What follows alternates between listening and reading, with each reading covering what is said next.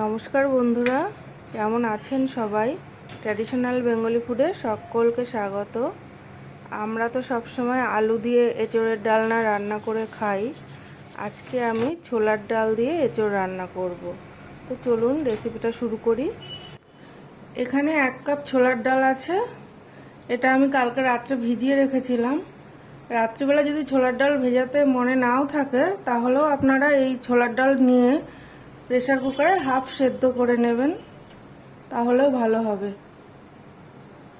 এখানে 800 গ্রাম এঁচোড় আছে। এঁচোড়টা আমি কালকে রাত্রে কেটে রেখেছিলাম, জলে ভিজিয়ে রেখেছিলাম।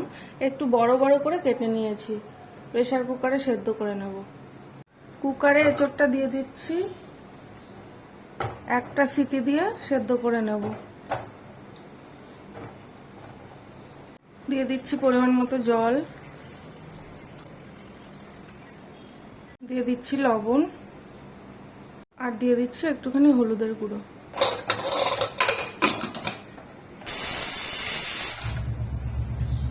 দিয়ে দিচ্ছি পরিমাণ মতো আদা। এখানে 1 ইঞ্চি মতো আদা আছে। দিয়ে দিচ্ছি স্বাদ মতো কাঁচা লঙ্কা। এগুলো আমি পেস্ট করে নেব।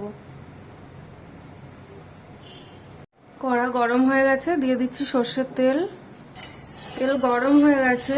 এঁচোড়ের তরকারিতে সর্ষের তেলের পরিমাণটা একটু বেশি লাগে, ভালো হয়। তার ফোড়নের জন্য দিয়ে দিচ্ছি তেজপাতা আর একটা গোটা শুকনো লঙ্কা। দিয়ে দিচ্ছি হাফ টিস্পুন মতো গোটা জিরে। একটু ভাজা ভাজা করে নেব। এবার দিয়ে দিচ্ছি আলুগুলো একটু ছোট ছোট ডুমো ডুমো করে কেটে নিয়েছি। দিয়ে দিচ্ছি লবণ, দিয়ে দিচ্ছি হলুদের গুঁড়ো। আলুটা এবার একদম লাল লাল করে ভেজে নেব। আলুটা লাল লাল করে ভাজা হয়ে গেছে। এবার এতে আমি মশলা দিয়ে দেবো। দিয়ে দিচ্ছি আদা আর কাঁচা লঙ্কা বাটা। দিয়ে দিচ্ছি টমেটো বাটা। এখানে মিডিয়াম সাইজের একটা টমেটো আছে, যারটা ধুয়ে একটু জল দিয়ে দেবো। দিয়ে দিচ্ছি ছোট চামচের 1 চামচ জিরের গুঁড়ো। দিয়ে দিচ্ছি ছোট চামচের 1 চামচ ধনের গুঁড়ো। দিয়ে দিচ্ছি স্বাদ মতো লাল লঙ্কার গুঁড়ো। দিয়ে দিচ্ছি লবণ। দিয়ে দিচ্ছি হলুদের গুঁড়ো। আমি এবার এটা ভালো করে কষে নেব। মশলা কষানো হয়ে গেছে। এবার আমি সেদ্ধ করে রাখা এঁচোড়টা একটু দিয়ে দেবো।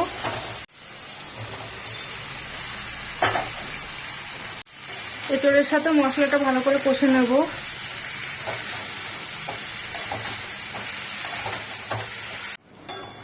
মশলার সাথে এঁচোড় খুব ভালো করে কষানো হয়ে গেছে।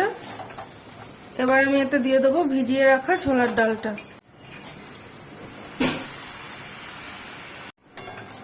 নেড়ে চেড়ে মিশিয়ে নেব। এবার এতে আমি পরিমাণ মতো জল দিয়ে দিচ্ছি।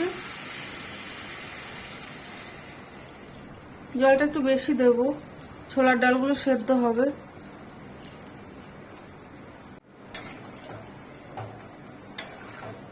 এবার এতে আমি পরিমাণ মতো একটু লবণ দিয়ে দেব। গ্যাসের ফ্লেমটা মিডিয়ামে করে 15 মিনিটের জন্য এটা একটু ঢাকা দিয়ে দেব।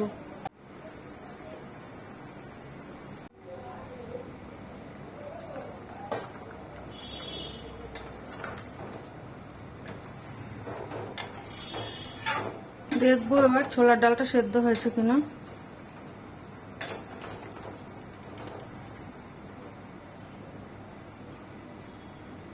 ছোলার ডালটা কিন্তু সেদ্ধ হয়ে গেছে। এই 15 মিনিটেই কিন্তু ডালটা সেদ্ধ হয়ে গেছে, ভিজিয়ে রেখেছিলাম তাই।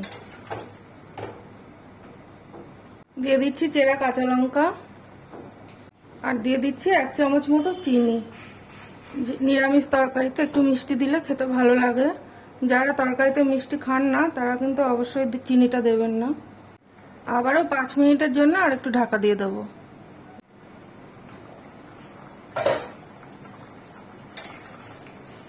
ছোলার ডাল দিয়ে এঁচোড় রান্না হয়ে গেছে। এবার দিয়ে দিচ্ছি বড় চামচের হাফ চামচ ঘি। এবার দিয়ে দিচ্ছি ছোট চামচের হাফ চামচেরও কম গরম মশলা। ঘি গরম মশলাটা দিলাম, এবার এটা একটু ঢাকা দিয়ে রেখে দেব। রান্না আমার হয়ে গেছে। যে কোনো নিরামিষের দিন এটা কিন্তু বানিয়ে নিতে পারেন, খেতে কিন্তু দারুণ লাগে। আজ এই পর্যন্ত, পরে আবার দেখা হবে অন্য কোনো ভিডিওর সাথে। ততক্ষণ ভালো থাকবেন, সুস্থ থাকবেন।